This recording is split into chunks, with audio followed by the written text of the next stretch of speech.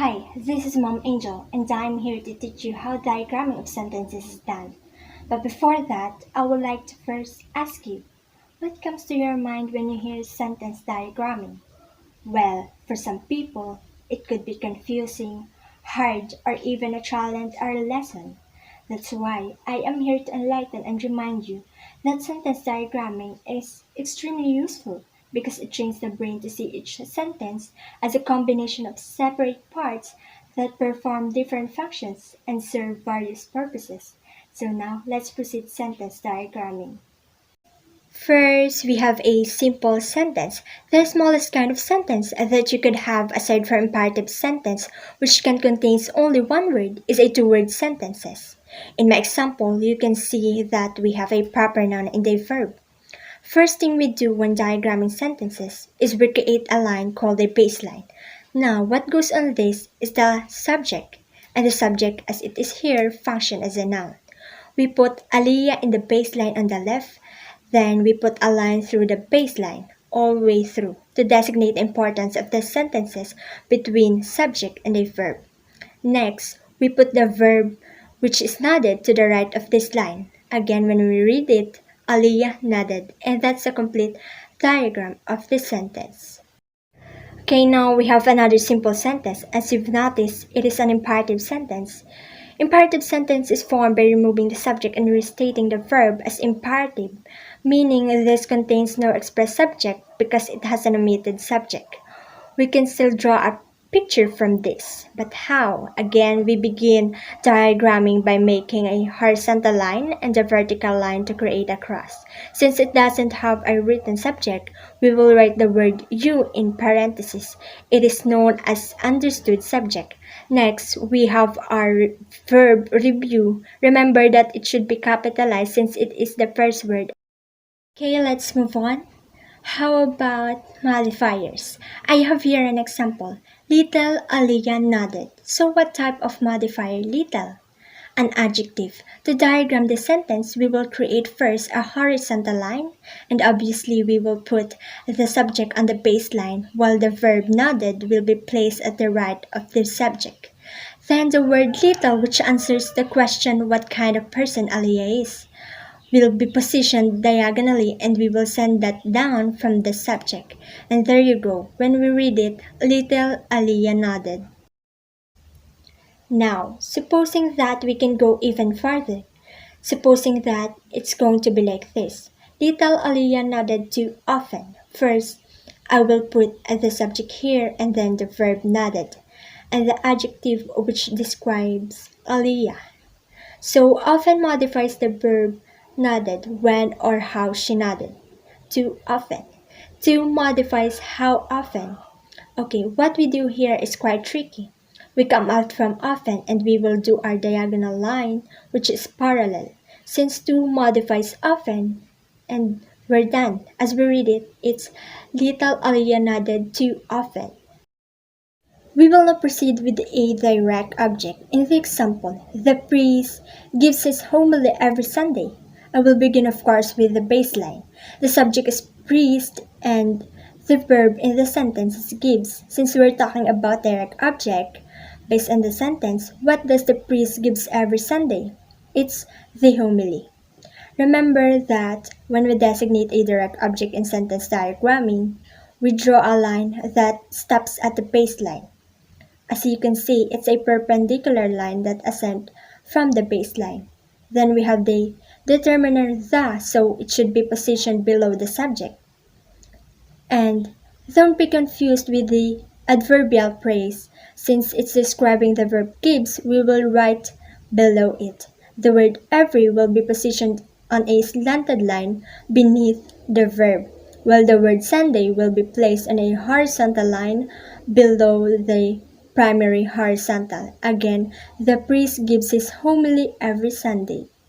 Right next to the direct object is indirect object. I have here a sample sentence. The sales lady handed a customer bags of shoes. Sales lady is a subject, while handed is the verb and bags is the direct object. Then we also have the determiner the, which is placed below the subject. Indirect object answers to whom did the sales lady hand the box of shoes. We will make a slanted line for the determiner, then a horizontal line below the verb for the indirect object.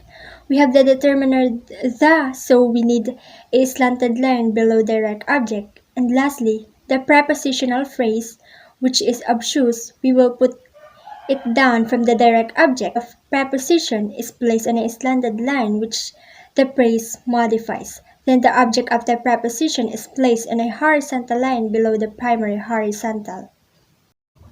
Then we have subject complement. It can be either predicate nominative or predicate adjective. In this example, Angel is a news anchor. It is a predicate nominative. We begin creating baseline, then we'll cut in the center by a vertical line, then subject on the left side, then the linking verb is and now. How do we write the subject complement? First, we will draw a diagonal line from the baseline and pointing towards the subject. Then we have the determiner which is a, so we need to create a slanted line. Then what kind of anchor is she? A news anchor. That's why again we need a slanted line to be able to put the word news. That's it. Angel is a news anchor. Predicate adjective, on the other hand, usually comes after a linking verb rather than before a noun. Example: shawarma tastes awesome.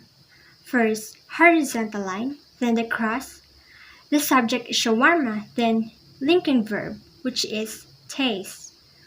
We will put the word awesome on the right side of the linking verb, and we need a slanted line on the baseline. And this is unusual, where we place an adjective on the baseline, normally just noun in the verb. But if it is a complement, it should be like this. Let me read. Shawarma tastes awesome. What we're gonna do now is to diagram a prepositional phrase and more of how they get diagrammed. By the way, you will notice as you explore sentence diagramming that prepositional phrases are very common. To begin with, we will analyze the sentence. Students met at the park. The subject here is students. Then the verb is met. Now, at the park is undoubtedly the prepositional phrase. It answers the question, where did the students met?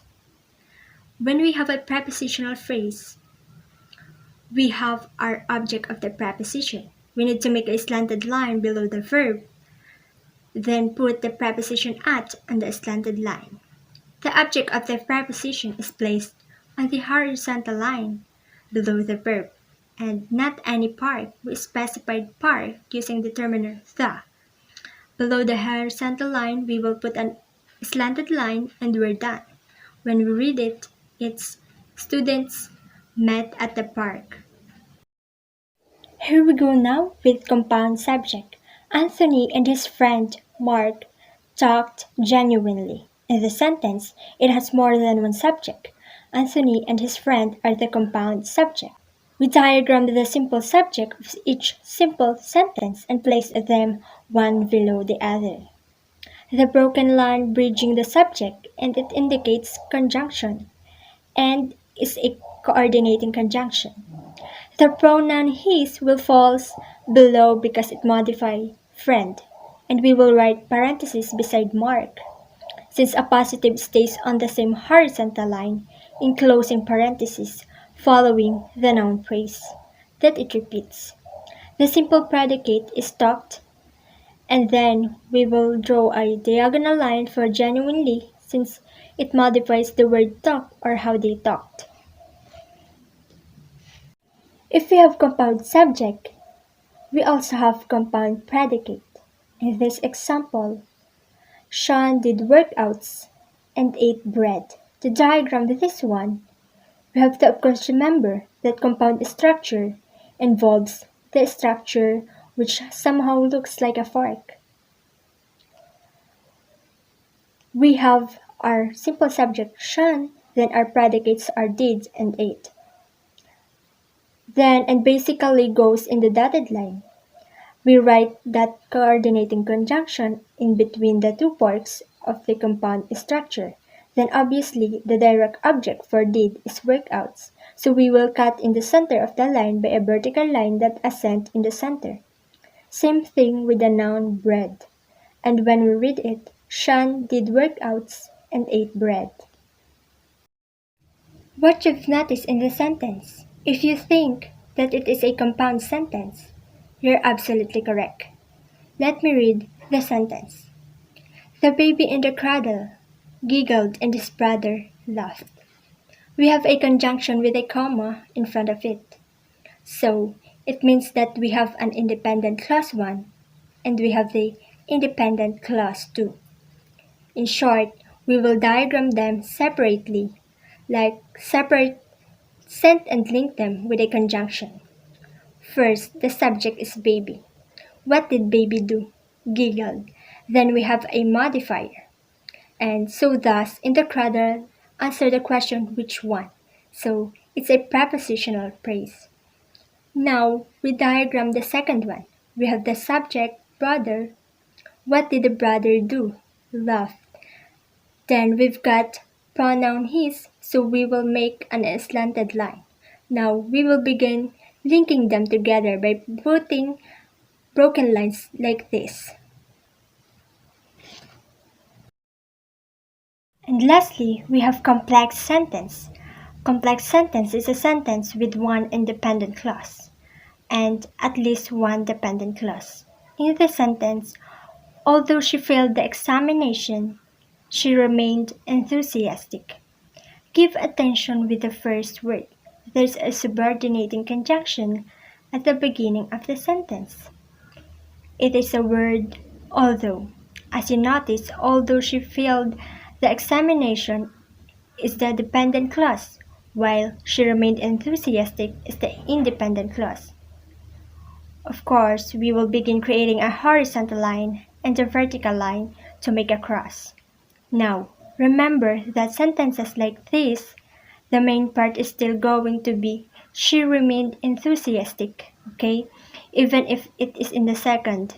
Since it is the independent clause, subject is she, the intransitive verb is remain, then I will put diagonal line pointing to subjects since we have a intransitive verb. Then the word enthusiastic will be placed here. So we will go down here where I will create a broken line diagonally and I will create the subordinating conjunction. That left means that down here is our dependent clause connected to the although. Simply have the subject, then the verb, and the determiner. Then that's it. Although she failed the examination, she remained enthusiastic. Okay, so we're done sentence diagramming. I hope that you've learned a lot from me. I expect you'll explore, study, and learn. Thank you, learners.